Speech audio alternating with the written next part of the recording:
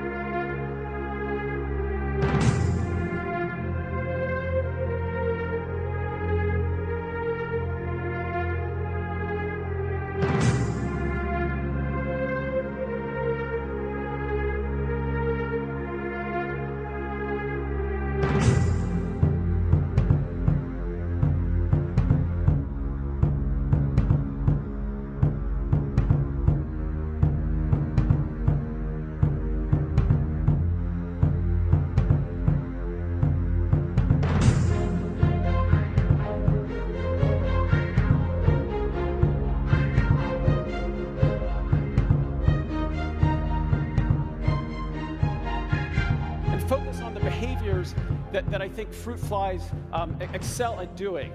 And so I want to show you a high-speed video sequence of a fly shot at 7,000 frames per second in infrared lighting. And to the right off screen is an electronic looming predator that is going to go at the fly. The fly is going to sense this predator. It is going to extend its legs out. It's going to sashay away to live to fly another day. Now, I have carefully cropped this sequence to be exactly the duration of a human eye blink. So in the time that it would take you to blink your eye, the fly has seen this looming predator, estimated its position, initiated a motor pattern to fly it away, beating its wings at 220 times a second as it does so. I think this is a fascinating behavior that shows how fast the fly's brain can process information.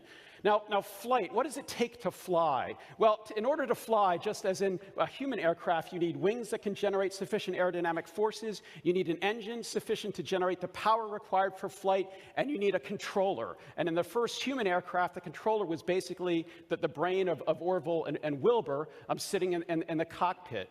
Now, how does this compare to a fly? Well, I spent a lot of my early career trying to figure out how insect wings generate enough force to keep the flies in the air. And you might have heard how engineers proved that bumblebees couldn't fly. Well, the problem was in thinking that the insect wings function the way that aircraft wings work, but they don't. And we tackled this problem by building giant, dynamically scaled model robot insects that would flap in giant pools of mineral oil where we could study the aerodynamic forces. And it turns out that the insects flap their wings in a very clever way, at a very high angle of attack, that creates a structure at the leading edge of the wing, a little tornado-like structure called a leading edge vortex. And it's that vortex that actually enables the wings to make enough force for the animal to stay in the air. But the thing that's actually what's fascinating is not so much that the wing has some interesting morphology. What's clever is the way the fly rather flaps it, which of course ultimately is controlled by the nervous system, and this is what enables flies to perform these remarkable aerial maneuvers. Now, what about the engine? The engine of the fly is absolutely fascinating. They have two types of flight muscle, so-called power muscle, which is stretch activated, which means that it activates itself and does not need to be controlled on a contraction by contraction basis by the nervous system. It's specialized to generate the enormous power required for flight, and it fills the middle portion of the fly. So when a fly hits your windshield, it's basically the power muscle that you're looking at.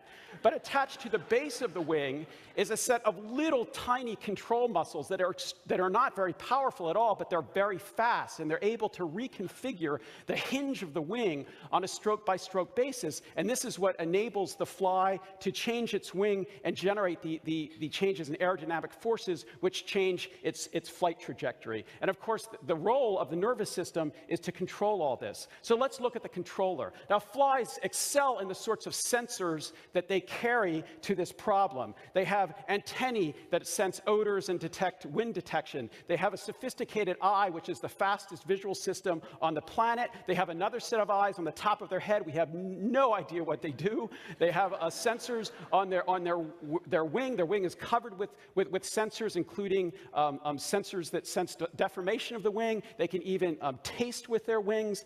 One of the most sophisticated sensors a fly has is a structure called the halteres. The halteres are actually gyroscopes. These devices beat back and forth about 200 hertz during flight, and the animal can use them to sense its body rotation and initiate very, very fast corrective maneuvers. But all of this sensory information has to be processed by a brain. And yes, indeed, flies have a brain of about 100,000 neurons. Now,